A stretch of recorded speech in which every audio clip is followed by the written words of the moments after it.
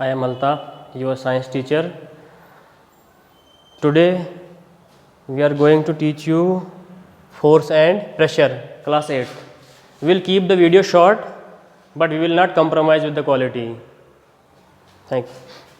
Force and pressure. अब force क्या होता है अब बताएंगे आपको. Force is a push or a pull. मतलब जब भी किसी चीज़ को हम धक्का देते हैं, when we push something we apply force, when we pull something we apply force. तो उसी एजेंट को हम क्या बोलेंगे? फोर्स. तो फोर्स हमारे पास बहुत तरह की हो सकती है और फोर्स क्या कर सकता है हम बताएंगे आपको. Force can start A motion, because without force motion is not possible. It can stop already moving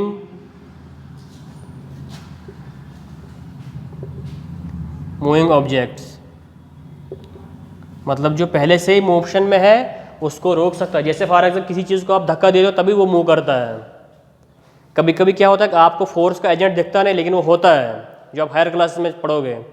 लेकिन फोर्स के बगैर मोशन पॉसिबल नहीं है. और अगर कोई चीज़ मूव कर रही है उसको रोक सकते हो. ए मूविंग बॉल, कोई बॉल आपके सामने आ रहा है उसको रोक सकते हो. You can stop the ball. या फिर आपने देखा हो कुछ बच्चे टायर के साथ खेलते रहते हैं, टायर को मारते रहते हैं वो चलता रहता है. मतलब वो अप्लाई फोर्स करते रहते हैं अप्लाई. तो वो भी फोर्स का एक एप्लीकेशन है. या फोर्स से हम किसी चीज़ को खींचेंगे, इफ़ यू स्ट्रेच समथिंग, तो उससे क्या होगा कि वो चीज़ उसका डिफॉर्म हो जाएगी. उससे फोर्स का वो भी एक है कि फोर्स से हम क्या किसी चीज़ की शेप चेंज कर सकते हैं फोर्स से. और फोर्स क्या है? फोर्स हैज़ बोथ मैग्नीट्यूड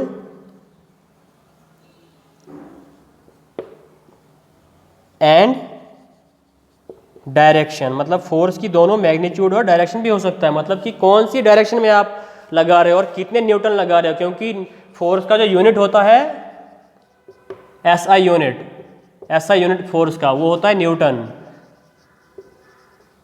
अगर आप एक न्यूटन को एक्सपीरियंस करना चाहते हैं तो आप 100 ग्राम्स का कोई वेट अपने हाथ में दो, आपको एक्सपीरियंस हो जाएगा कि ये 1 न्यूटन फोर्स है. ये मतलब फोर्स को अगर आपने एक्सपीरियंस करना हो. तो ये था थोड़ा आपके पास फोर्स के बारे में कि फोर्स क्या चीज़ है. ए पुश और ए पुल इज कॉल्ड फोर्स.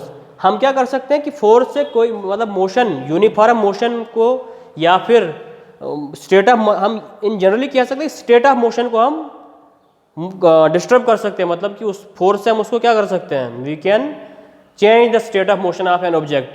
या तो यूनिफॉर्म में हो या फिर रेस्ट में हो, उसको हम क्या बोलते हैं? फोर्स. जो फोर्स से हो सकता, फोर्स इज एन एजेंट जिससे हम ये सब काम कर सकते हैं. अब फोर्स कितने टाइप का हो सकता है? अगर हम इसको हम देसी या मतलब लोकल लैंग्वेज में बोलना चाहें तो फोर्स एक जोर है. मतलब जोर जब लगाते हैं उसको हम क्या बोलते हैं? फोर्स अप्लाई करना. और वर्क तब होता है जब फोर्स लगाने से कोई चीज़ थोड़ा सा डिस्टेंस मूव कर जाए, उसको हम बोलेंगे work equal to force into distance. Means force equal to work equals force times displacement. Now अब टाइप्स ऑफ फोर्सेस होती हैं. Types of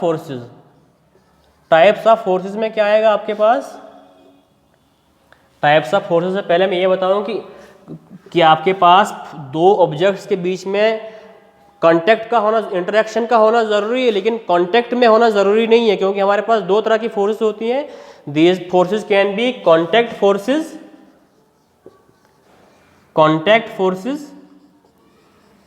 and non contact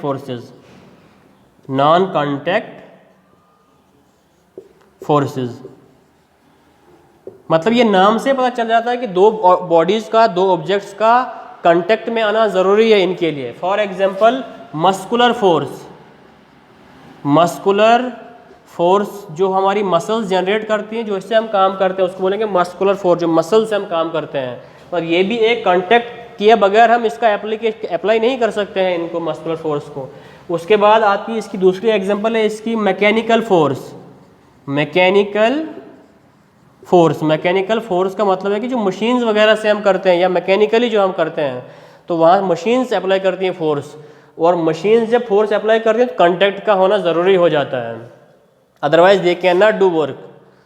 उसके बाद होता है मैकेनिकल फोर्स में होता है फ्रिक्शनल फोर्स, फ्रिक्शन फ्रिक्शन आप जानते ही हो कि फ्रिक्शन वो वाली फोर्स होती है जब एक ऑब्जेक्ट दूसरे ऑब्जेक्ट के ऊपर मूव करे या फिर स्लाइड करे, और जो अपोजिंग फोर्स होती है, जो अपोज करती है मोशन को, उसको हम बोलते हैं फ्रिक्शनल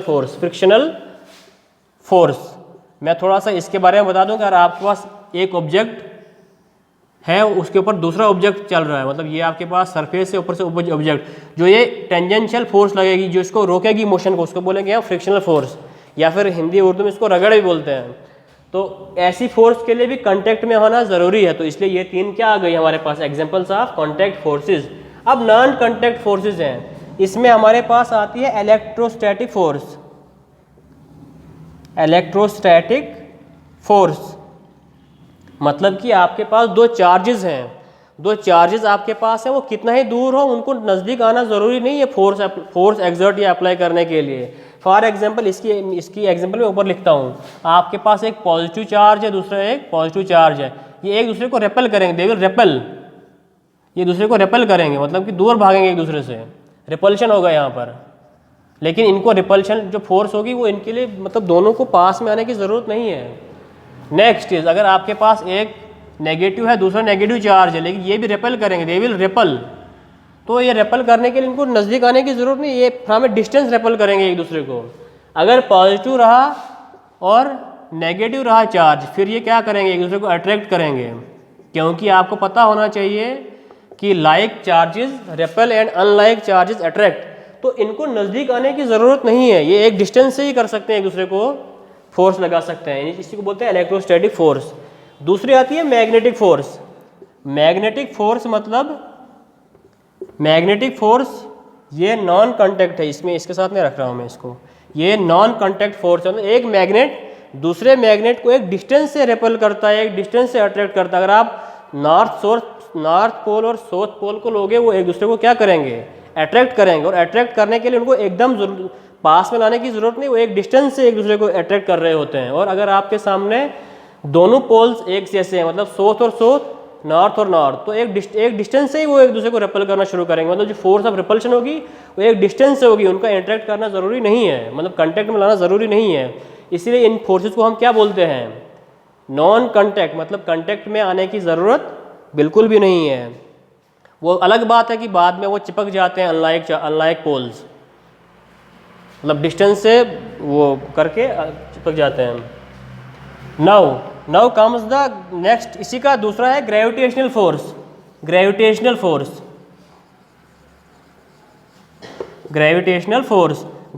फोर्स होता है कि हर चीज़ जो हमारे यूनिवर्स में है, कोई भी दो ऑब्जेक्ट मान लो, एक दूसरे को अट्रैक्ट कर रहे होते हैं, वो अट्रैक्ट करते हैं एक डिस्टेंस से, उनका नज़दीक आना ज़रूरी तो नहीं, ये भी नॉन कॉन्टैक्ट फोर्स है। जैसे सन और अर्थ कितना दूर है, मिलियंस ऑफ किलोमीटर्स दूर है, तब भी एक दूसरे को अट्रैक्ट कर रहे होते हैं, मतलब इंटरेक्ट कर रहे होते हैं।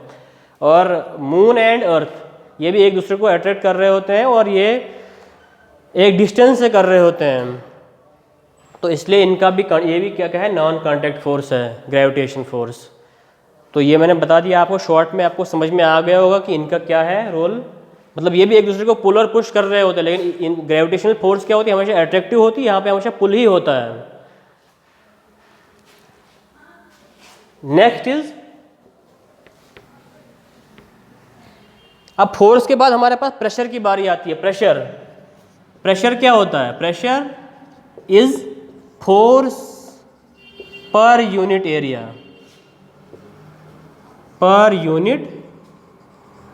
हम कह सकते हैं P equal to force upon area, मतलब कि एरिया से डिवाइड करना है प्रेशर, फोर्स को एरिया से डिवाइड करना है कि आपके पास कितना फोर्स एक यूनिट एरिया के ऊपर लग रहा है, उसको हम बोलेंगे प्रेशर। अगर एक यूनिट एरिया के ऊपर ज़्यादा से ज़्यादा फोर्स लग रहा है, उसको बोलेंगे ज़्यादा प्रेशर है, कम लग रहा है और उसको बोलेंगे कम प्रेशर है। इसकी सबसे बेस्ट एग्जांपल एक चाकू, अगर एक ब्लंट है आपके पास, एक तेज़ धार वाला चाकू नहीं है आपके पास, तो उसको ज़ोर लगाना पड़ता है, और अगर तेज़ है तो उसको आराम से थोड़ा सा ज़ोर लगाने से भी वो काटता है। क्यों? क्योंकि जो उसका जो आगे होता है ना चाकू का, वो एरिया बहुत ही कम होता है, उसको थोड़ी सी फोर्स के साथ भी वो क्या कर लेता है, एक्शन का काम कर जाता है। लेकिन जो ब्लंट होता है उसको ज़्यादा फोर्स लगानी पड़ती है, क्योंकि वो बहुत ज़्यादा एरिया के ऊपर उसका फोर्स लग जाता है और वो कम हो जाता है फोर्स।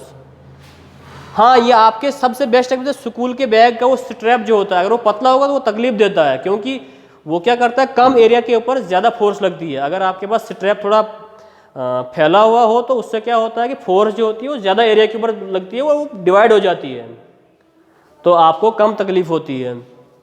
तो हम ये कह सकते हैं कि फोर्स क्या होता है, प्रेशर क्या होता है, force per unit area. Now is the case of atmospheric pressure. अब हम बताएंगे फ्लूइड्स भी प्रेशर एक्सर्ट करते हैं। फ्लूइड्स जिसमें हम गैसेस और लिक्विड्स को लेते हैं। फ्लूइड्स का मतलब ही होता है गैसेस एंड लिक्विड, क्योंकि ये फ्लो करते हैं। फ्लूइड्स क्या करते हैं, they exert pressure in all directions, या फिर on the containers of the wall, या बोल सकते हैं on the containers, on the walls of the container. मतलब जो कंटेनर जिसमें रखा हुआ, आप बैलून जब रखते हो, बैलून में हवा भरते हैं तो गुब्बारे में हवा भरने के बाद क्या होता है, वो फूल जाता है और प्रेशर एक्सर्ट करता है उसके वॉल्स के ऊपर। वैसे ही हर लिक्विड ऐसा कर सकता है, लेकिन वो बात अलग है कि हर डेप्थ के साथ ये प्रेशर वेरी करता है। वो आपको जानने की अभी ज़रूरत नहीं है। आपको इतना याद रखना है कि जो फ्लूइड्स होते हैं वो भी क्या करते हैं, प्रेशर एक्सर्ट करते हैं। इनके बारे में जो अभी तक हम पढ़ रहे थे, ये इनके बारे में आपकी टेक्स्ट बुक में कुछ एक्टिविटीज़ की होती हैं। वो एक्टिविटीज़ को हम डिस्कस नहीं करेंगे, वो आपके लिए होती है समझने के लिए कि उन एक्टिविटीज़ को आप देखो और प्रूव हो जाएगा सब जो हम पढ़ा रहे हैं, ये सारा वहाँ से प्रूव हो जाता है कि yes it is this way, ऐसा ही होता है। Now the atmosphere. अब देखो प्रेशर की बात तो हमने कर दी, अब एटमॉस्फेयर की बात का, एटमॉस्फेरिक प्रेशर। पहले मैं आपको बता दूं कि जो एटमॉस्फेरिक प्रेशर होता है वो क्या होता है। Atmospheric pressure, atmospheric pressure is the pressure exerted by the gases on us, या एवरीवेयर, हर जगह के, ऑन एवरीथिंग।